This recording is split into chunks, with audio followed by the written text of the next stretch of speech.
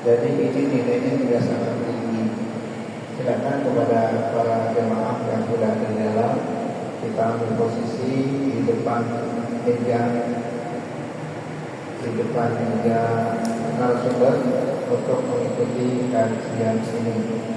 Terima kasih. Assalamualaikum warahmatullahi wabarakatuh. Waalaikumsalam warahmatullahi wabarakatuh.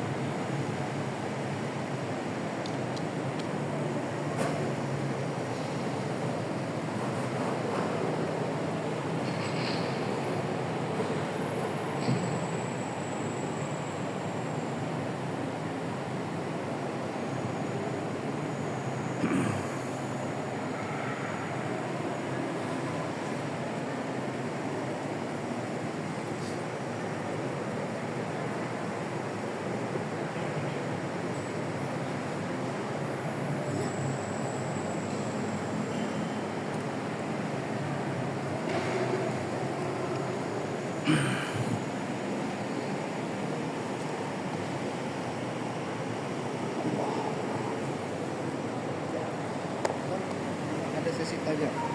Boleh ada. Kalau ya, kasih waktu sebelumnya full. Baik, kepada Ustadz waktu dan tempat dipersilakan.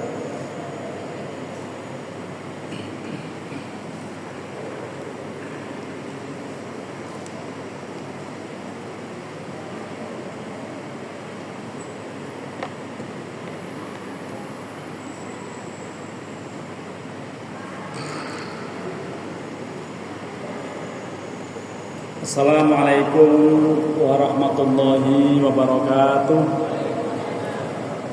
Bismillahirrahmanirrahim.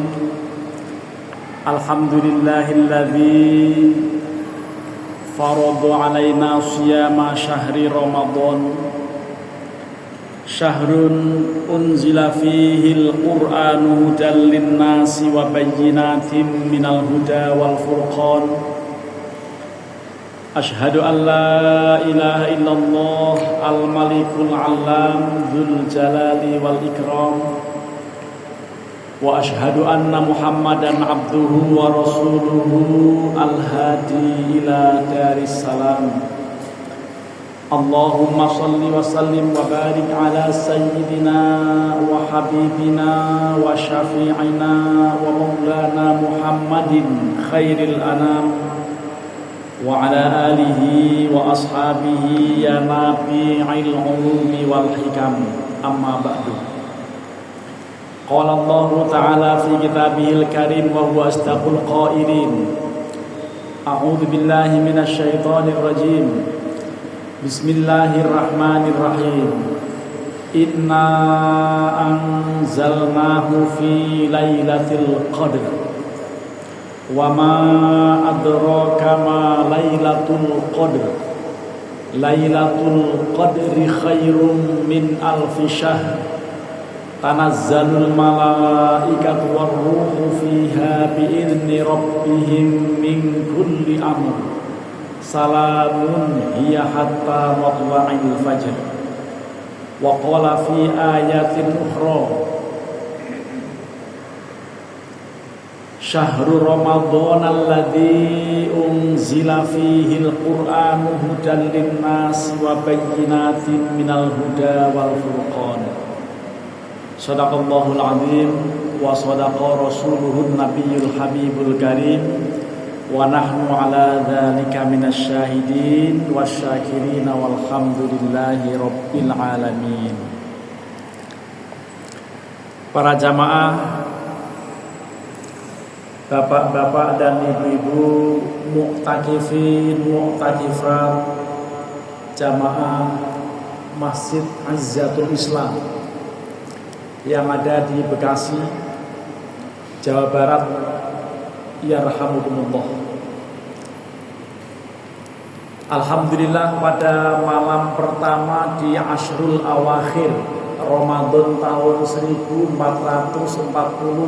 Hijriah ini, yaitu malam Hadiyah wal Ashrun atau malam yang ke-21 Ramadan tahun ini, kita berkesempatan untuk memulai iktikaf secara agak serius, karena ini semuanya meniru apa yang dilakukan, yang dilaksanakan oleh Kanjeng Rasulullah Muhammad SAW,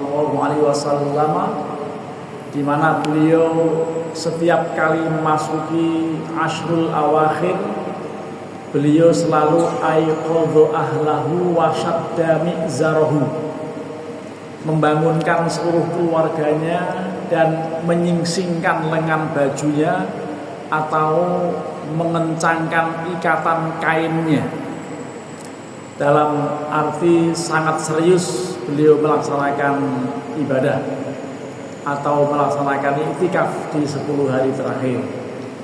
Sebagian ulama menafsirkan kata-kata syadda mi'zarah, artinya beliau betul-betul menguatkan ikatan kainnya, dalam arti tidak mengendorkan, artinya tidak melaksanakan hubungan badan di malam-malam terakhir bulan Ramadan. Walaupun di malam-malam yang lain tampaknya isyarat Al-Quran membolehkan. Di dalam Al-Baqarah ayat 186, A'udzubillahi minasyaitonirrajim, uhilla lakum lailatas syiyamir rafathu ila nisaikum. Dihalalkan malam-malam Ramadan untuk berhubungan badan kepada istri-istri kalian. Ini tetapi beliau di 10 hari terakhir betul-betul concern melaksanakan ibadah dengan serius, sehingga bukan hanya tidak menggauli istri dalam hal diranjang, tetapi juga menganjurkan keluarganya untuk bangun dan iktikaf.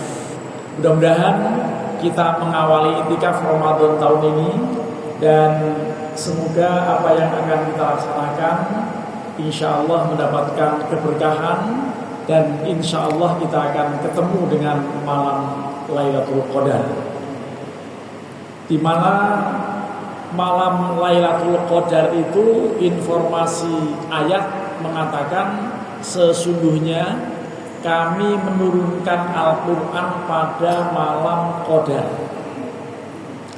Malam Qadar oleh Rasulullah diisyaratkan ada pada 10 hari terakhir, khususnya pada malam-malam ganjil.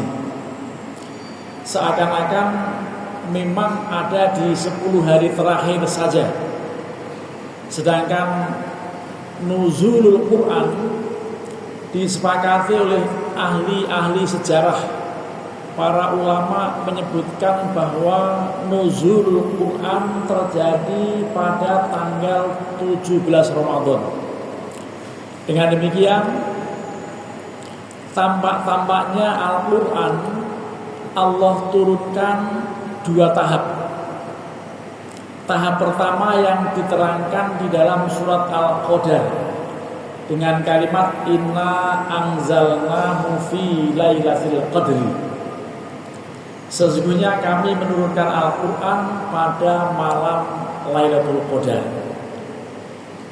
Ini oleh para ulama, antara lain ulama Indonesia yang sangat besar namanya dan kaliber internasional, namanya Syekh Nawawi Al-Bantani.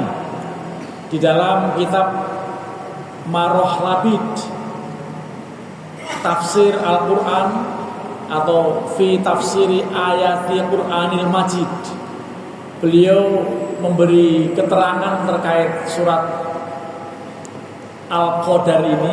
Ayat yang pertama bahwa ayyi inna anzalnal Qur'ana jumlatan wahidatan fi lailatul qadri minal lauhil mahfudhi ala katabati malaikati sama'id dunya ila baitil izzah minha.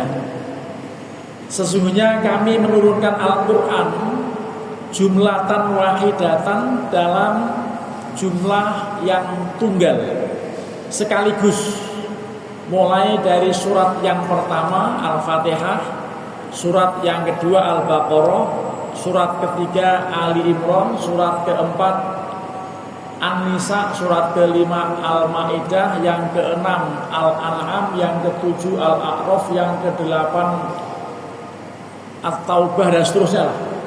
Sampai yang ke-35 Fatir, ke-36 Yasin, dan ke-114 An-Nas. Itu jumlatan wahidatan, sekaligus Allah menurunkannya dari Lauh Mahfuz ke Baitul Izzah yang ada pada bagian dari langit dunia. Ini antara lain para mufassir termasuk Syekh Nawawi Al-Bantani menyebutkan kali pertamanya Allah menurunkan Al-Quran dalam jumlah yang satu, dalam kali yang sekaligus, itu pada malam Lailatul Qadar. Kapan? Berarti kalau ayat pertama yang diturunkan terjadi pada bulan Ramadan tanggal 17, maka Al-Quran diturunkan secara keseluruhan itu terjadi pada Ramadan tahun lalu. Baru tahun depannya lagi Allah mengutus malaikat Jibril agar menyampaikannya kepada Rasulullah alaihissalatu wassalam. Setelah kira-kira 5-6 tahun beliau selalu bertahanuf, beliau selalu uzlah, selalu beribadah secara serius di Gua Hira, dan akhirnya Allah memberikan wahyu yang pertama mulai dari surat Al-Alaq ayat 1 sampai dengan ayat 5. Bismillahirrahmanirrahim. Iqra bismi rabbikal ladzi khalaq, khalaqal insana min 'alaq, iqra wa rabbukal akramul ladzi 'allama bil qalam, 'allamal insana ma lam ya'lam. Ayat ini diturunkan pada tanggal 17 Ramadan, berarti tahun berikutnya. Karena kalau Lailatul Qadar misalnya memang pada 10 hari terakhir, berarti sudah bukan Ramadan yang sama. Artinya memang kali pertama Al-Quran diturunkan dalam jumlah yang utuh, mulai dari ayat pertama hingga ayat 114, yang jumlahnya 30 juz, yang jumlah hurufnya oleh ulama disebutkan sebagai jumlahnya itu 6.666 ayat. 6.660 ayatnya. Hurufnya tentu Bismillahirrahmanirrahim saja 19. Belum lagi Fatihah, silakan dihitung sendiri. Kalau mau menghitung seluruh huruf dalam Quran, insya Allah 1 tahun nggak selesai, kecuali lewat atau melalui komputer atau melalui IE. Barangkali tanya IE berapa jumlah huruf di dalam Al-Quran, coba iseng ditanya, IE bisa menjawab apa enggak? Kaum muslimin, para mu'takifin, mu'takifat yarhamukumullah, dengan demikian kita menjadi faham bahwa tahap pertama Allah menurunkan Al-Quran sekaligus terjadi pada malam Qadar atau malam Lailatul Qadar. Tahap berikutnya Allah menurunkan Al-Quran munajjaman atau berangsur-angsur selama dalam kurun waktu 23 tahun. Kira-kira 10 tahun di Makkah dan disusul kira-kira 13 tahun beliau ada di Madinah. Itulah uraian awal terkait dengan perbandingan antara Lailatul Qadar dengan nuzulul Quran. Bismillah.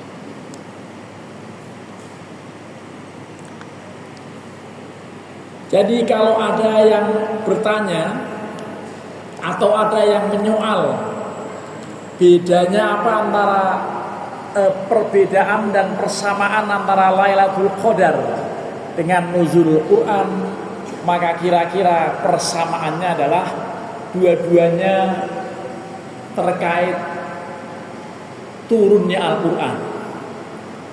Dalam Lailatul Qadar Allah menurunkan secara sekaligus 30 juz, 114 surat, 6.600 sekian ayat. Itu peristiwanya dalam Lailatul Qadar yang diterangkan dalam surat Al-Qadar ayat 1 itu. Sedangkan nuzulul Quran adalah peristiwa pertama kali Al-Quran diturunkan oleh Allah melalui malaikat Jibril yang diterima oleh Kanjeng Rasulullah Sallallahu Alaihi Wasallam di Gua Hira, dan itu adalah ayat-ayat yang ada dalam surat Al-Alaq 1 sampai dengan 5. Para jamaah, ayat-ayat yang menyusul setelah Al-Alaq diterangkan antara lain oleh Imam Jalaluddin As-Suyuti di dalam kitab Al-Itqan fi Ulumil Quran. Beliau antara lain mengatakan atau menerangkan mengenai beberapa ayat yang menyusul setelah Iqra bismi rabbikal ladzi khalaq. Tentunya kali pertamanya adalah 1 sampai dengan 5. Dalam kesempatan yang lain itu ayat berikutnya sampai akhir. Namun secara global Imam Jalaluddin As-Suyuti antara lain mengatakan bahwa awwaluma anzalallahu minal qur'ani bi Makkah, ayat-ayat surat-surat pertama yang Allah turunkan ketika beliau masih tinggal di Makkah adalah Iqra bismi rabbik. Itu yang pertama. Kemudian tsumma nun wal qalami wa ma yasturun, surat Al-Qalam. Kemudian disusul surat Al-Muzammil, ya ayyuhal muzammil. Kemudian surat ya ayyuhal muddathir, surat Al-Mudaththir. Kemudian surat Al-Fatihah. Kemudian setelah itu Allah menurunkan surat Al-Lahab, tabbat yada abi lahabi wa tabb, yang berkaitan dengan dakwah beliau yang sudah mulai terus terang atau terang-terangan dan kemudian dicemooh, dicaci maki oleh paman beliau yang namanya Abu Lahab, dan kemudian Allah turunkan surat Al-Lahab ini, termasuk istrinya yang juga mencemooh Rasulullah, bahkan mengadu domba, menimbulkan fitnah namimah, sampai di akhir ayat disebutkan wamro'atuhu hammalatal hatab, dan istrinya yang selalu membawa kayu bakar. Karena istri Abu Lahab yang namanya Ummu Sulaiman atau Ummu Jamil, yang bernama Ummu Jamil itu tersinggung dengan disebutnya di dalam Al-Quran hammalatal hatab. Suatu saat beliau pernah, atau bukan beliau, dia Ummu Jamil pernah bermaksud mau nimbukin Nabi dengan membawa sebungkah batu bata, disembunyikan di bawah bajunya, baju besarnya, lalu sengaja datang ke masjid lalu berniat untuk nimbukin Nabi. Padahal Nabi sedang bersama Abu Bakar, duduk bersebelahan. Tetapi ternyata kehendak Allah, Ummu Jamil gak bisa melihat Nabi, hanya melihat Abu Bakar. Dia teriak-teriak, Abu Bakar, Abu Bakar, mana Muhammad, mana Muhammad. Padahal Nabi Muhammad di samping dia. Karena memang niatnya buruk, mau ditimbukin sama dia, akhirnya gak terlihat oleh Ummu Jamil. Ini satu kasus. Dan itulah surat Tabbat yada abi lahabin wa tabb yang selalu dibaca pada rakaat atau surat rakaat terakhir dalam tarawih kita. Kemudian setelah itu surat Idza Syamsu Kuwirat, kemudian surat Al-A'la. Hanya di masjid ini saya tidak mendengar surat Al-A'la dibaca. Padahal mestinya kalau witir 3 terakhir itu, 3 rakaat terakhir, yang pertama surat Al-A'la, Sabihis, yang keduanya surat Al-Kafirun, yang rakaat terakhirnya witir itu adalah 3 qul. Mulai dari qul huwallah, qul a'udzu birabbin nas, qul a'udzu birabbil falaq dan qul a'udzu birabbin nas. Itu para ulama memberi informasi seperti itu. Dan seterusnya dilanjut misalnya di dalam ayat ini atau keterangan kitab Al-Itqan ini, setelah sabihis al-lail, kemudian al-fajr, kemudian ad-duha, kemudian an-nashr, alam nasrah, kemudian al-asr, wal asri, kemudian wal adiyat, disusul al-kautsar, al-hakumut, ar-ra'aital ladzi yukadzibu bidin al-ma'un, kemudian al-kafirun, kemudian alam taro kaifa fa'ala rabbuka bi ashabil fil, kemudian qul a'udzu birabbil falaq, qul a'udzu birabbin nas, qul huwallahu wan najm, abasa, inna anzalnahu, wasyamsi waduhaha, dan seterusnya. Di HP kita tinggal mendesain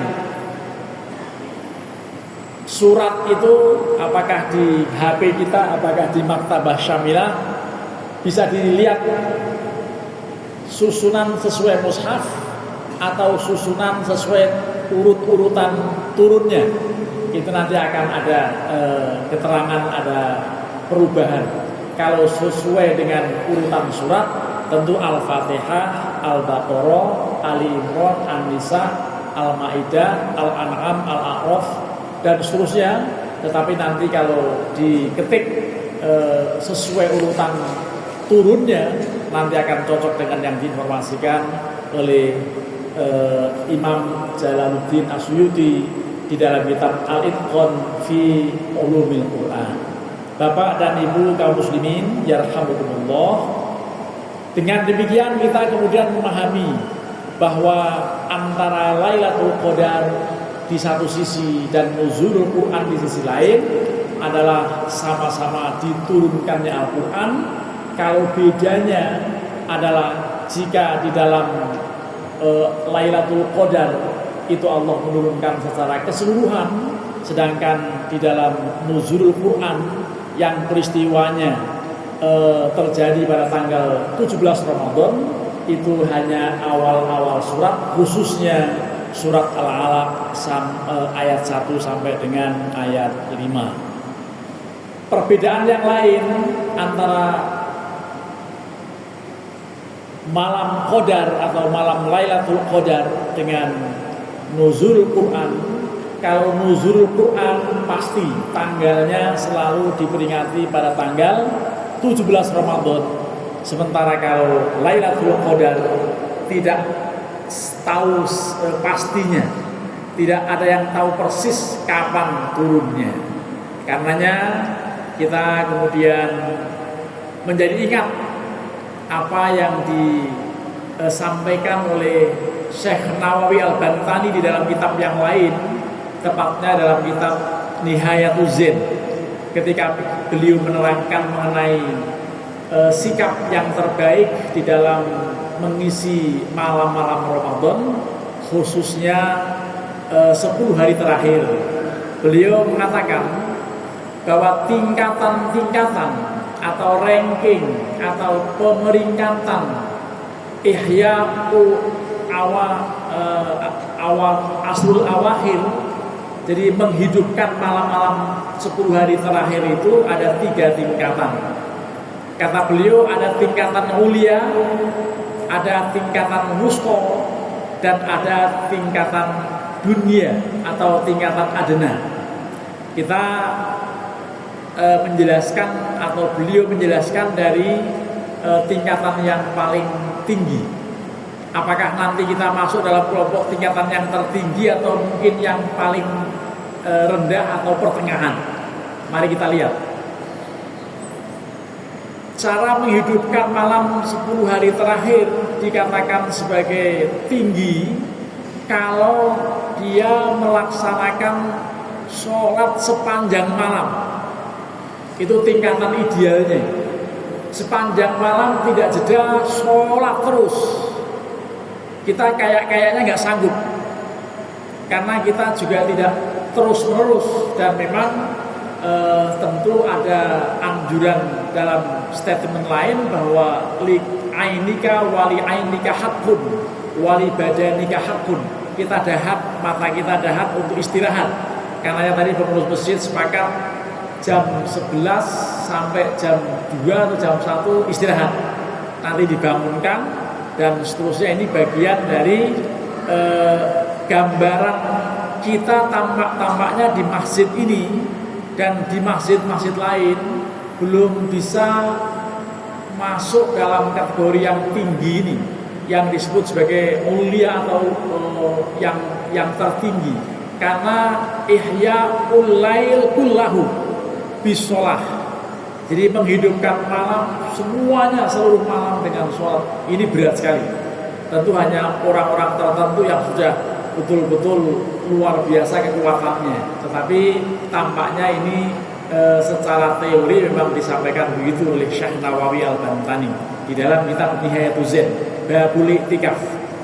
Tingkatan yang kedua itu menghidupkannya pada jam-jam tertentu. Tidak semuanya.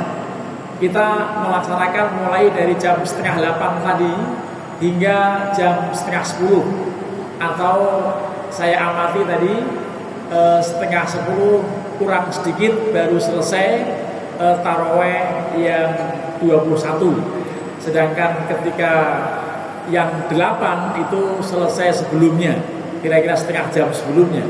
Ini sebagian besar kita masuk dalam kelompok yang tengah-tengah ini untuk melaksanakannya sebagian-sebagian saja.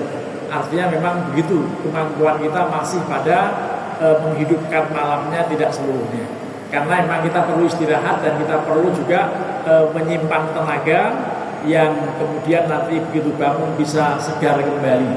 Bapak dan Ibu, tingkatan yang paling rendah untuk menghidupkan malam 10 hari terakhir khususnya atau seluruh malam-malam di bulan Ramadan adalah yang terpenting orang itu melaksanakan sholat isya dan subuh secara berjamaah. Itu sudah termasuk menghidupkan malam. Nah, kalau ini kayaknya kita bukan hanya itu. Karena apa? Karena kita setelah sholat isya tersambung dengan sholat taraweh. Bahkan kemudian masih disambung dengan tadarus. Malah hari ini sambung dengan taklim. Ya, ini luar biasa. Dan taklim ini tampaknya tidak dijalankan selain Asrul Awakhir. Apakah malam-malam pertama dilakukan? Insya Allah tidak. Tetapi kalau ceramah barangkali tiap malam ada, ya, karena hanya kultum, kuliah 7 menit atau kuliah terserah antum, ya, tapi biasanya tidak lama-lama. Tetapi kalau kajian kemudian juga taklim, ini bagian dari cara menghidupkan malam qadar, malam 10 hari terakhir, yang insya Allah menurut informasi yang sahih bahwa memang malam qadar itu adanya di malam-malam 10 hari terakhir. Ada yang mengatakan pada malam 21, ada yang mengatakan akan turun pada malam 23, ada yang mengatakan pada malam 25, tetapi yang lebih kuat dan ini diyakini adalah pada malam ke-27. Walaupun ada juga yang mengatakan di malam 29. Ini semuanya pendapat-pendapat, malah pendapat yang agak konyol tahun ini, semua malam ganjil. Gitu. Semua malam ganjil karena apa? Menurut Muhammadiyah ini malam 22, menurut yang bukan Muhammadiyah ini malam 21. Ya, jadi baik malam 22 maupun 21 semuanya ganjil. Alhamdulillah. Ya, karena memang begitulah Indonesia. Ya, malamnya bisa 2 macam gitu ya. Oleh karenanya insya Allah ini di masjid kita ini akan terus dijalankan iktikaf selama 10 hari terakhir, paling tidak 9 malam, mulai dari malam ke-21 sampai dengan malam 29. Dan insya Allah pada malam 30 sudah takbiran. Ya, jadi malam 29 itu terakhir taraweh, lalu malam 30-nya takbiran. Jadi kita umumnya yang mulai puasa kemarin tanggal 19 itu puasanya 30 hari, 29 hari. Sedangkan yang mulainya sebelumnya tanggal 18 hari Rabu waktu itu berarti 30 hari. Mau yang 30 hari atau yang 29 hari, dua-duanya benar. Ada dasarnya masing-masing. Rasulullah SAW selama hidup puasa itu hanya 9 kali. Sementara kita di sini, apalagi yang udah sepuh-sepuh, puasa sudah sampai ada yang 30 hari, 30 tahun maksud saya. Sudah 30 tahun, ada yang bahkan sudah 40 tahun, ada yang 48 tahun, bahkan jangan-jangan itu sudah 40 kali puasa. 40 tahun, selama 40 tahun berpuasa karena usianya sudah sekitar 55. Kalau misalnya mulai puasa umur 7 atau 6 atau 8 tahun ya kira-kira itu. Itu artinya Rasulullah SAW dulu puasa Ramadan sejak disyariatkannya hingga beliau wafat selama 9 tahun.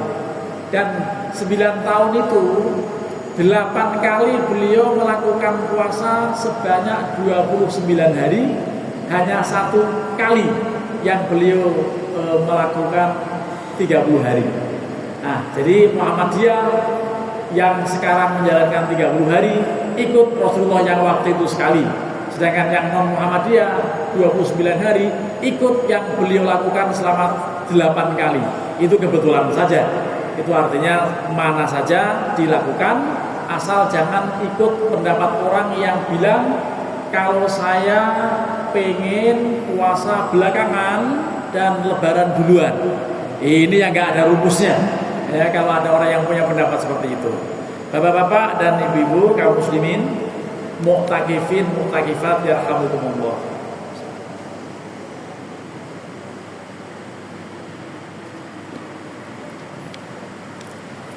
Sedangkan sisi kemukjizatan i'jazul Quran itu tidak ada orang yang membantahnya. Al-Quran itu memang betul-betul mukjizat paling utama, mukjizat yang luar biasa yang Rasulullah miliki, dan itu kata-kata mukjizat adalah yang melemahkan pihak lain. Sama sekali pihak lain merasa lemah, orang-orang tertentu tidak mampu meniru membuat Al-Quran. Allah menantang kalau memang bisa silakan Anda tiru Al-Quran seperti ini, lengkap dengan 114 surat, 30 juz, 6.666 ayat, silahkan Anda buat kalau bisa. Karena mereka merasa tidak bisa dan memang gak bakalan bisa, akhirnya Allah mendiskon. Silahkan kalau gak bisa seluruh Al-Quran, buat saja 10 surat. Ternyata dengan 10 surat pun tidak ada yang bisa, yang sanggup. Kalau tidak bisa, silakan Anda membuat 1 surat saja yang mirip dan persis dengan Al-Quran. Ternyata juga tidak bisa. Walaupun dulu pernah ada yang mencoba, akhirnya dia buat surat namanya surat Al-Fil. Tetapi Al-Fil yang dimaksudkan bukan alam taro kaifa fa'ala rabbuka bi ashabil fil, tetapi dia bilang dalam ayat tiruannya itu al-fil wa ma adraka mal fil, al-fil huwa hayawanun batnuhu kabir wa ainuhu shaghir wa anfuhu tawil, dan seterusnya. Itu hanya mendeskripsikan gajah. Gajah itu adalah binatang yang perutnya gede, yaitu binatang yang kupingnya lebar, yaitu binatang yang hidungnya panjang. Nah, itu apa lalu maknanya apa? Itu ternyata walaupun mirip-mirip tetapi tetap saja tidak ada kualitasnya.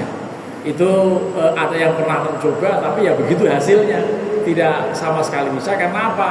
Allah sudah menyatakan, katakan seandainya manusia dan jin berkumpul untuk membuat Al-Quran yang persis seperti ini, layaktu bimithlihi, mereka tidak mungkin bisa menandingi Al-Quran. Ini artinya Al-Quran itu betul-betul merupakan mukjizat utama yang disesuaikan dengan zamannya. Kemukjizatan itu selalu disesuaikan dengan apa yang sedang tren pada zamannya. Kenapa Nabi Musa mukjizatnya tongkat? Karena zaman itu sedang ngetrennya orang pada melakukan black magic, menyihir, tukang sihir, tukang tenung, tukang santet segala macam. Sehingga ketika paranormalnya Fir'aun melemparkan tambang-tambang kecil berubah menjadi ular, maka kemudian Allah perintahkan untuk melemparkan tongkat Nabi Musa. Nabi Musa diperintahkan untuk melemparkan tongkatnya, dan seketika itu berubah menjadi ular besar lalu menyantap ular-ular kecil. Itu mukjizat sesuai dengan zamannya. Nabi Isa juga begitu. Zaman dahulu orang yang hebat adalah orang yang bisa menyembuhkan penyakit-penyakit tertentu. Akhirnya Nabi Isa punya mukjizat yang bisa menyembuhkan penyakit buta bawaan yang dikenal dengan akmah atau akma ya. Jadi pokoknya buta bawaan tetap bisa diobati oleh beliau. Bahkan bisa membuat burung-burung mainan atau burung-burungan tetapi ternyata bisa terbang benar, bahkan bisa menghidupkan orang mati. Ini mukjizat disesuaikan pada zamannya dengan zaman yang sedang tren apa. Dan Al-Quran turun pada saat orang di Makkah ketika itu selalu berlomba-lomba untuk membuat syair-syair yang indah, syair-syair yang bernilai sastra tinggi, dan bagi pemenangnya hasilnya selalu digantungkan pada Ka'bah. Itu pemenang-pemenangnya biasanya dari kabilah-kabilah tertentu, dan itu menjadi gengsi luar biasa ketika bisa memenangkan sayembara tentang perlombaan-perlombaan syair, perlombaan-perlombaan sastra nilai tinggi itu. Tetapi semuanya kemudian putus dengan Al-Quran. Orang yang cerdas, orang yang faham mengenai nilai sastra zaman dahulu adalah antara lain Umar bin Khattab. Umar bin Khattab begitu membaca kalimat-kalimat Al-Quran yang direbut dari tangan Sayyidatina Hafsah, adik beliau, maka kemudian dia terenyuh, dia sangat kagum dengan bahasa indahnya Al-Quran. Itulah sampai hari ini Al-Quran luar biasa.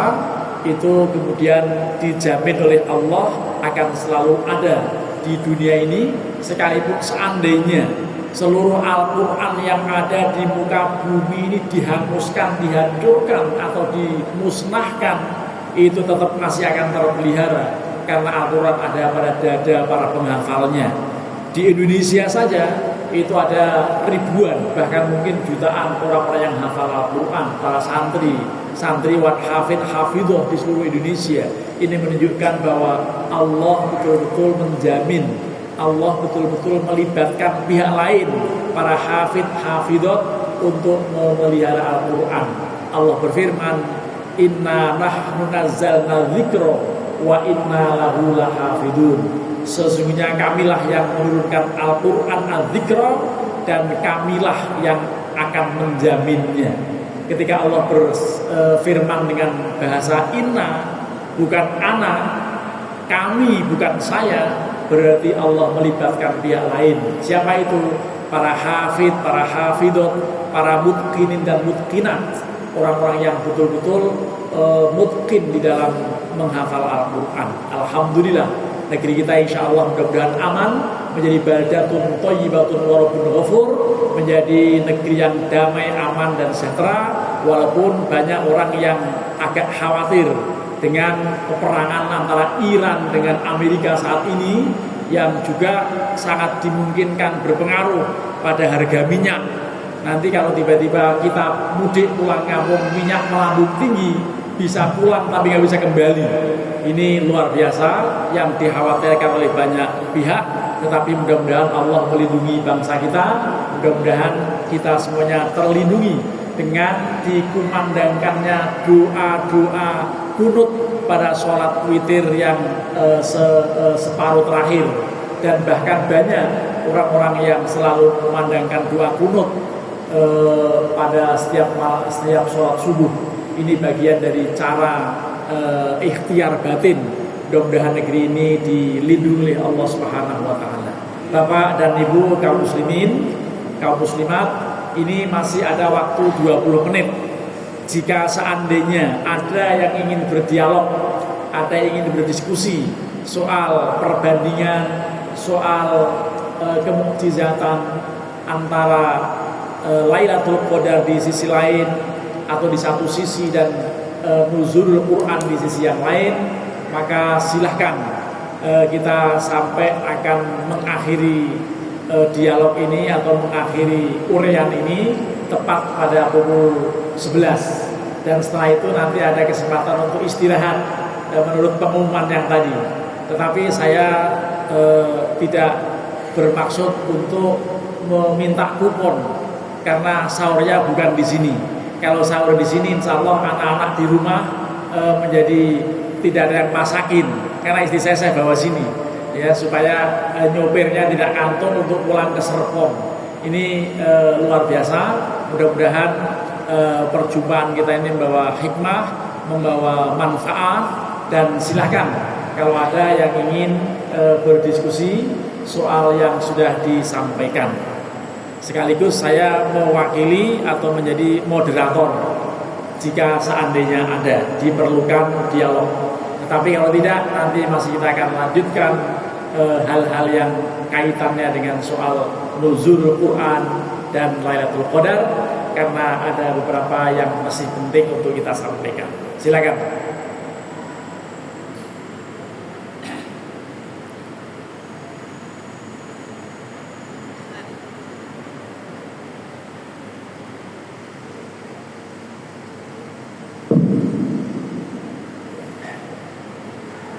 Assalamualaikum warahmatullahi wabarakatuh. Waalaikumsalam warahmatullahi wabarakatuh. Assalamualaikum, saya Supriyadi dan Mustika Jaya. Yang pertama, barangkali saya mengapresiasi sangat baik sekali kajian hari ini. Tiada hal yang perlu saya tanyakan. Bisa menyimak ada perbedaan antara Lailatul Qadar dengan nuzulul Quran. Memang secara awam itu juga masih ambang itu pengertian dan tujuannya.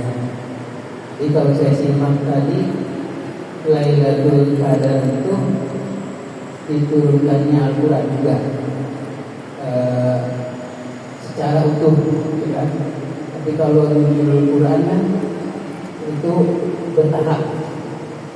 Nah, ini yang secara utuh ini mohon penjelasan yang lebih lagi. Barangkali saya pemahamannya kurang begitu memahami yang secara utuh, karena kan ada sini ada 114 surat ya, dengan ayatnya 6.666. Nah, seperti itu. Mohon penjelasan lebih dipahami lagi. Kalau lebih rinci mungkin waktunya kecil. Terima kasih. Assalamualaikum warahmatullahi wabarakatuh. Waalaikumsalam warahmatullahi wabarakatuh.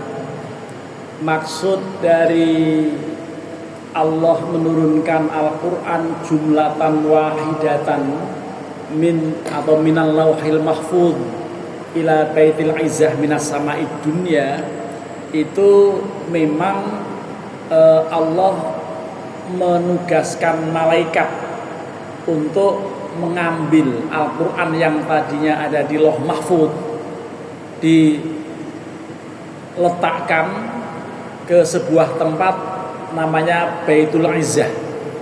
Baitul Izzah itu ada minas sama'id dunya, ada pada langit dunia, berarti sudah dekat dengan dunia ini. Dan itu menurut para ulama. Antara lain yang saya baca tadi tafsir Munir atau tafsir Maroh Labid. Sekali lagi kalimatnya, ayyi inna anzalnal qur'ana jumlatan wahidatan fi lailatul qadri minal lauhil mahfudhi ala katabati malaikati sama'id dunya ila baitil izzah minha. Jadi kami menurunkan Al-Quran secara keseluruhan jumlatan wahidatan secara keseluruhan, bukan bertahap, bukan hanya satu surat atau beberapa ayat dalam satu surat sebagaimana dalam nuzul Quran, tetapi keseluruhan oleh Allah diturunkan. Bisa jadi maksudnya supaya dekat kepada Nabi, karena keterangannya minal lauhil mahfuz, dari satu tempat namanya Lauh Mahfuz kepada tempat lain atau ke tempat lain yang namanya Baitul Izzah. Ini ada pada bagian dari langit dunia. Ini sebagian atau katakan para mufassir itu menyatakannya. Jadi keseluruhan itu artinya Al-Quran memang sudah ada mulai sejak zaman ada atau Allah menciptakan Al-Quran itu mulai dari surat Al-Fatihah, Al-Baqarah, Ali Imran, An-Nisa, Al-Maidah, Al-An'am, Al-A'raf, Yunus, At-Taubah dan seterusnya. Itu sudah Allah ciptakan dan diturunkan secara keseluruhan itu pada malam Qadar. Ya. Adapun nuzul Quran itu peristiwa pertama kali Allah mengutus malaikat Jibril untuk mengambil dari Baitul Izzah ke Gua Hira. Kali pertamanya itu, tapi yang kali yang lain mungkin Nabi sedang ada di mana?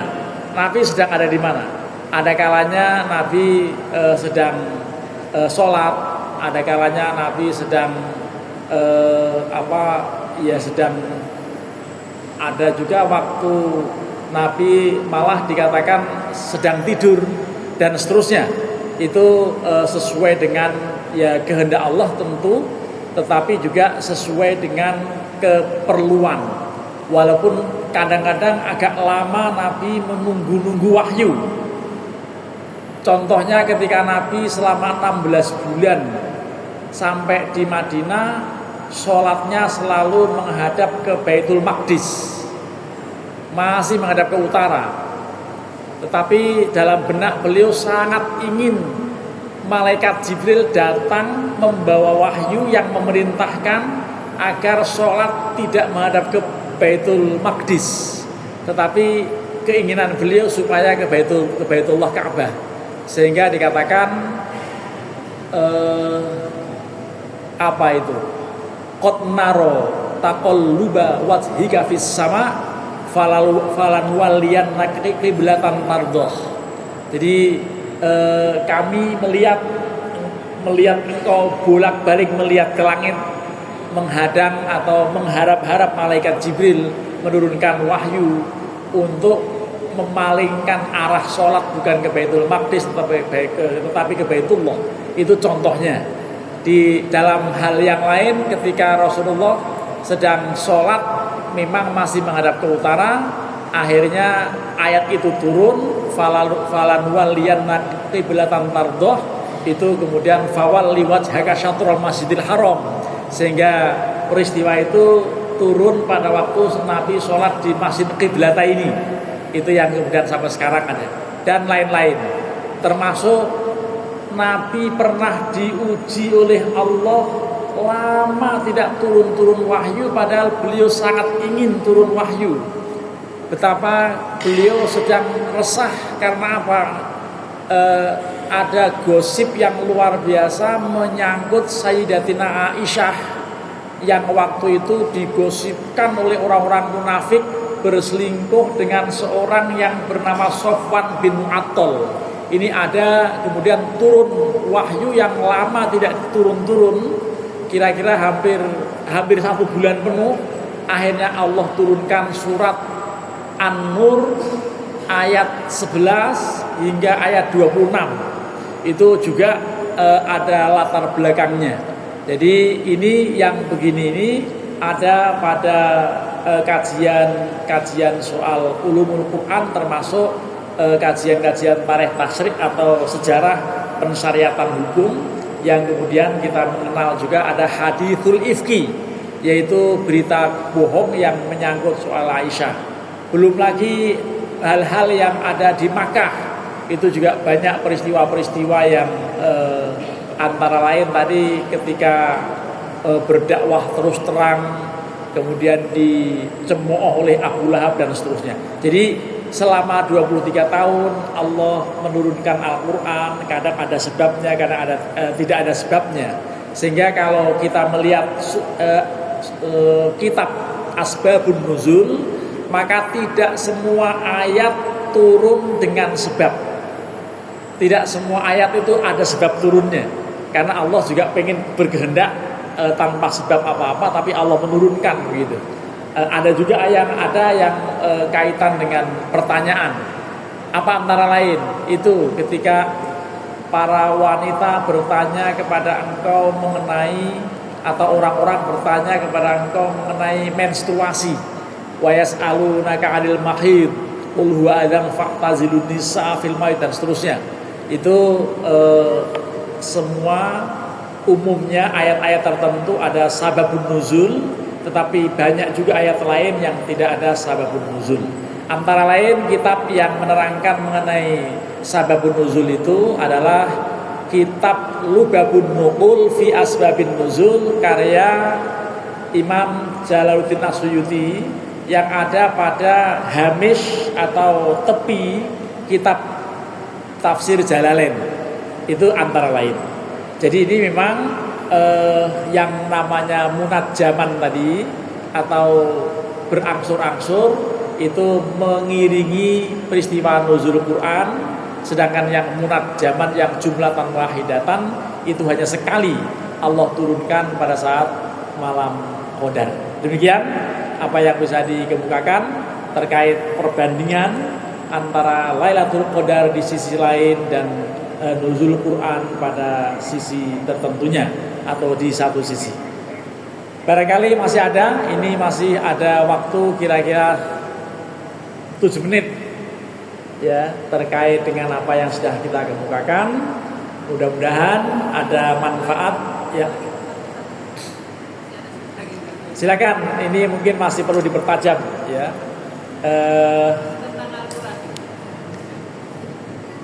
Mohon maaf tentang Al-Quran.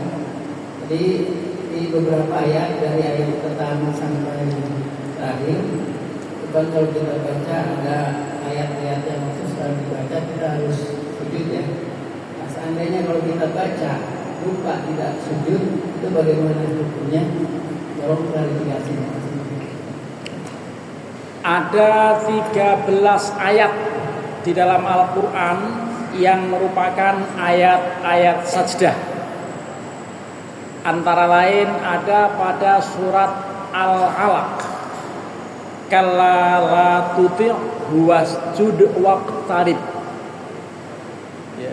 Sekali-kali tidak, maka sujud dan bertakarublah kalian pada Allah. Setiap membaca ayat ini atau mendengar ayat ini dibaca, kita sedang dalam keadaan memungkinkan karena sudah punya wudhu dan tempatnya memungkinkan, maka disunnahkan sujud. Karena hukumnya sunnah, seandainya tidak, maka tidak masalah, tetapi tetap dianjurkan untuk membaca tasbih. Subhanallah walhamdulillah wala ilaha illallah Allahu akbar. Tetapi terkait dengan ayat sajdah ini, seandainya ada sebagian imam di sini kebetulan melewati atau melalui ayat sajdah, maka alangkah lebih baiknya memberitahu sebelumnya kepada makmum. Kadang-kadang makmum nggak ngeh kalau tiba-tiba imam sujud, membuat bingung makmum. Karena pernah kasusnya itu pada saat membaca surat Al-Alaq tadi, pada kalimat kalla la tuti' wasjud waqtarib, imam tiba-tiba sujud. Makmum bilang subhanallah, dia nggak bangun lagi, subhanallah. Anehnya makmum bilang mas, subhanallah mas. Teriaknya tuh begitu, subhanallah pakai mas gitu ya. Ini artinya apa? Jangan membuat kacau jamaah ya. Diberitahu bahwa nanti ada ayat saja yang akan kita baca, maka tolong jangan ikuti imam lah gitu, kira-kira begitu. Termasuk awal-awal kita mau doa kunut waktu sholat witir, itu selain solu sunatal witri ma'al kunuti, selain kalimat ma'al kunuti juga disampaikan dalam bahasa Indonesia bahwa nanti rakaat terakhir pas witir jangan buru-buru sujud karena imam mau kunut gitu. Itu bagian dari cara membuat ketertiban sholat, daripada ada yang teriak subhanallah mas. Ini bagian yang tidak baik atau tidak tertib di dalam sholat. Tepat jam 10, mudah-mudahan apa yang disampaikan ada manfaat, dan saya mohon maaf untuk kemudian langsung menuju ke kendaraan, dan mohon pamit. Sholat tarawehnya, sahurnya akan dilaksanakan di Serpong, bukan di tempat ini, karena anak-anak pasti bingung nanti kalau kemudian kami tinggalkan mereka bersama istri saya ada di sini. Mohon maaf kalau ada yang kurang berkenan. Jika ada yang benar datangnya dari Allah dan Rasulullah, kalau ada yang kurang berkenan, salah itu semata-mata karena kedanggalan ilmu saya. Terima kasih, dan kita akhiri. Wallahul muwaffiq ila aqwamit thoriq. Wassalamualaikum warahmatullahi wabarakatuh. Waalaikumsalam.